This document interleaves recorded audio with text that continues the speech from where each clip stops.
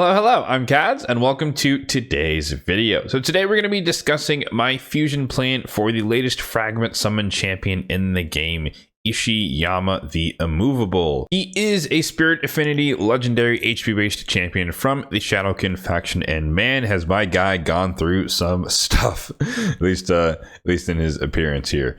But yeah, HP-based nuker from what I have seen and heard based on his kit, and based on his kit, we'll kind of see what he can do a bit later. But base stats here, 22,000 on the HP, which is a healthy amount, so he's going to be relatively tanky, easier to keep alive. 1,100 on the defense, 99 speeds on the lower side, but he is kind of more like the tanky nuker style, so they typically are slower. And then he has the extra crit damage that you'd expect from a nuker style of legendary champion, and then he also has a bonus of 10 accuracy. Every champion in the game has base of 30 resistance. So going through his kit, is this fusion fragment summon going to be worth your while? Starting off with the A1, attacks one enemy 2 times, has a chance or will transfer 1 random debuff from him to the target, and then if he's under any debuffs when attacked, he will counterattack with this skill.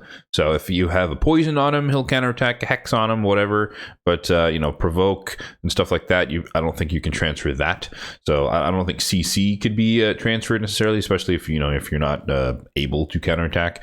But if you have one or 2 random debuffs on you, you can counterattack, and that might do a decent amount of damage over the long course of a longer fight. However, I do believe that can get you polymorph, so watch out for that.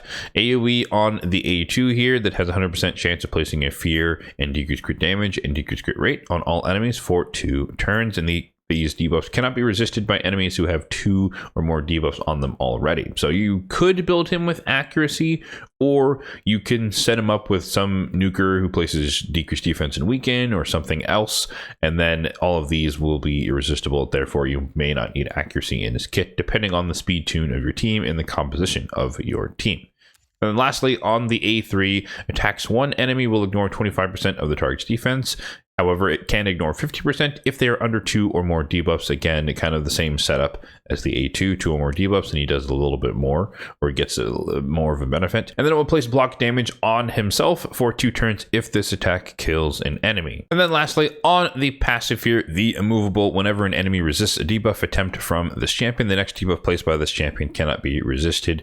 And then each debuff placed by this champion increases his max HP by 3% up to 30%. So you might be thinking, when is this passive really going to come into play? Because the only debuffs he has in his kit are on the A2, and if you get resisted on the A2, your next attack is not going to place any debuffs. But I believe that is meant to synergize more so with his A1, because when you do transfer debuffs back, it is an accuracy resistance check. And so you do need the accuracy to place the debuff that you were transferring from them. It still works as a pseudo cleanse. As far as that's concerned, it will always get rid of it from you, but in order to place it on the enemy, you do have to have enough accuracy. So in theory, in my mind at least, if you resist throwing back a poison, the next thing that you try to throw back, let's say a hex for example, that one cannot be resisted on the A1 when he counterattacks again. So that is how I'm interpreting the utility of this. Or maybe if you counterattack initially with whatever debuff that happened to be on you, and then you come in with your A2, then those will also not be resisted. So could work either way. So in terms of a grade, I'm thinking for now he's sitting kind of in like the B tier for me, because he is somewhat generic HP based nuker, but it is a free-ish champion, so to speak, because it is a fragment summon. It is one of the easier styles of fusions to complete, and more notably, he's actually going to be useful in this specific rotation of the Cursed City. I think stage 12, one of my clanmates pointed out to me. And HP based rooms can be difficult for dealing damage, so having an HP based damage dealer with an AoE single target attack will probably be very useful, as well as having potential for CC with the fear can really do some work. But on top of that, from the test server footage that I've seen, I know that the A3 hits pretty darn hard, as you might expect, because he will be ignoring 50% of their defense under most circumstances when you have 2 more debuffs out there, and then block damage is useful as far as keeping him alive after he does that. And then the AoE is okay. I think it's on par with maybe like an Eric's A1 or like one hit of a Magnarch or something like that. So it's not crazy damage, but it is decent damage from what I have seen. So should you go for him? As always, I say that is up to you and your account and what you think will be necessary. I'm going for him by default because I do every single fusion, so that's not necessarily an endorsement of his capabilities, but nonetheless, I do think I know for sure he's going to be helpful in the Curse City at the very, very least for me, specifically on my account, but I don't see him replacing my primary HP-based nukers in the arena at the moment, like White King Narcisse and Nice the Shadow Thief, so just keep that in mind. So if you are interested in going for Ishiyama the Immovable, let's hop over to the fusion plan spreadsheet and take a look at what it's going to take to acquire this champion for yourself. As always, this spreadsheet will be linked in the description box down below if you'd like to check out a copy for yourself. So on the surface, this is a pretty bare bones fragment summon champion. There's no gimmicks. There's nothing just jumping out at me as kind of substantial, but there are 110 fragments total up for grabs, ignoring the ones you could win from tournaments, because let's be real, that's for, free to play low spender accounts like majority of the player base is not going to be able to compete with some whale or kraken in the champion training and champion chase tournaments. So we have the standard for dungeon split. We have 2 classic arena tournaments. We have champion training tournament, champion chase.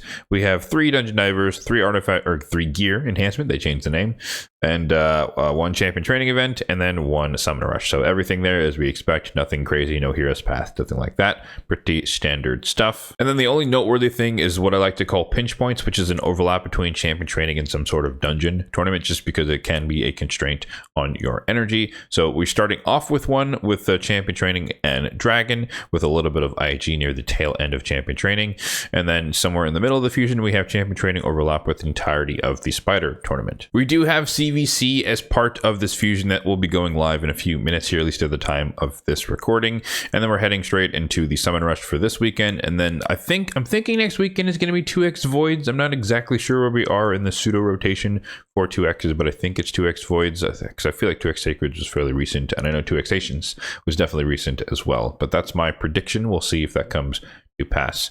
And then for anyone who is unfamiliar with the format of the spreadsheet, over here on the right hand side we have a list of all the milestones predicted and actual for all of the events and tournaments.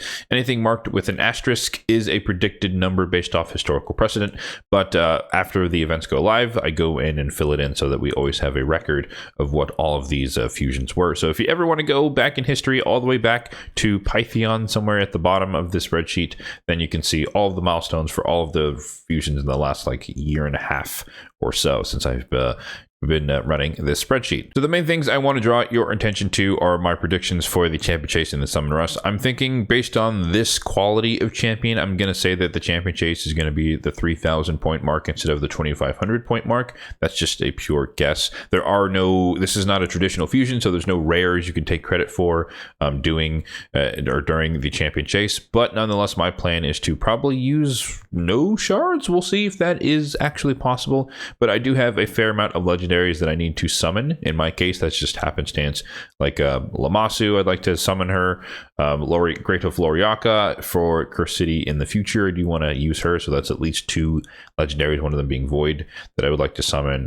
Artor, the newest free champion that we got, I do want to summon him as well. So 3 legendaries, I should say, fragment summons to summon, on top of having some saved up fusions. I think I have 2 Broad Maws and 2 Relic Keepers as well.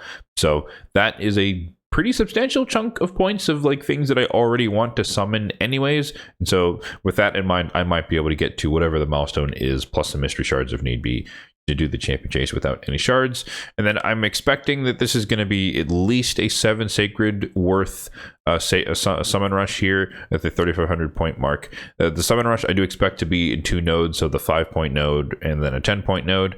And then depending on how you want to strategize, I typically skip the higher node in the summon rush. Like I said, there's 110 fragments up for grabs, and so even though this is a prediction that it might be worth 11 sacreds tops, maybe 10 to 11 sacreds, give or take, I plan to skip that and just do the minimum, which is going to be the 3,500 as predicted, but it could be as low as 3,000. We've seen that before in the past, especially for less popular champions and or Fragment Summon champions. But that is, again, a guess. We'll see what happens when the event is actually live. And then lastly, if you just want to have some idea of what to spend your energy on, I do have where I plan to spend my energy here at the bottom here based on whatever events are going on live. So for example, I only did champion training yesterday, and then now that CVC is going to be starting alongside the first Dungeon Divers event, then I will begin farming Dragon as well. So small things like that, if you just care to strategize a little bit more on how to spend your energy during the fusion. Popping back in the game, let's talk about some of the current events going on in the game at the moment. Starting off with my supply count at the start of the fusion. What I like to do here is just take a snapshot of my silver and gems at the beginning of fusions, because there are a lot of people that say fusions are really, really difficult to do. And like I said earlier, I do every single fusion. So part of that is just being in the end game. Part of that's having an abundance of shards that makes them a lot easier to me, potentially compared to a more typical player. But nonetheless, at the end of the fusion, I will be posting on my community tab page the delta in my resources so that you guys know exactly what it cost me in the end to complete this particular fragment summon. So we're taking a benchmark at, let's say, 4,500 on the gems, and then silver was technically, I think, 160 million, at least yesterday at the beginning of the fusion. Obviously, I've done some champion training along the way, so we've gained some silver from that. So 160 million, 4,500 on the gems. We kind of saw it a little bit from my energy plan there, but I did start off just doing some champion training, and I made sure to save up all of my like refills and stuff like that. So I made sure to not waste that yesterday, just because again, we're waiting for Dungeon Divers to go live, which is live at the time of this recording. So 3 days, 3,700, pretty standard stuff. But that's just going to be my focus. Champion training with some of the energy refills. This is all the stuff saved up from the reset from yesterday. I have this as well for the week. And then I have anything here from the advanced quests. A lot of these were held off, of course, because CVC will be starting soon. So I didn't do faction wars or tag team arena, anything like that. And then, as I mentioned before as well, waited for Dungeon Divers to go live before we start the Dragon tournament. So this should be 0 points thus far, but we're going to get started with that. Except for, I guess I had to run the minimum runs for like the advanced quest and stuff like that yesterday. But yeah, so that is going to be my plan to start off the fusion. We're going to get kicked off with Dragon, as well as continue on with champion training as soon as CVC starts here in a half a minute. So there you have it. That's going to do it for my fusion plan for Ishiyama the Immovable. Let me know in the comment section down below. Are you going for this champion? Do you need more HP based nukers on your account? Are you intrigued by his kit and potentially what you may have seen from footage from the test server? And as always, if you did find this video helpful, then be sure to hit that like button down below. It really does help out the channel. And feel free to hit that subscribe button down below as well if you are enjoying the content on this channel for more content just like this one in the future. Thanks for watching and have a good one.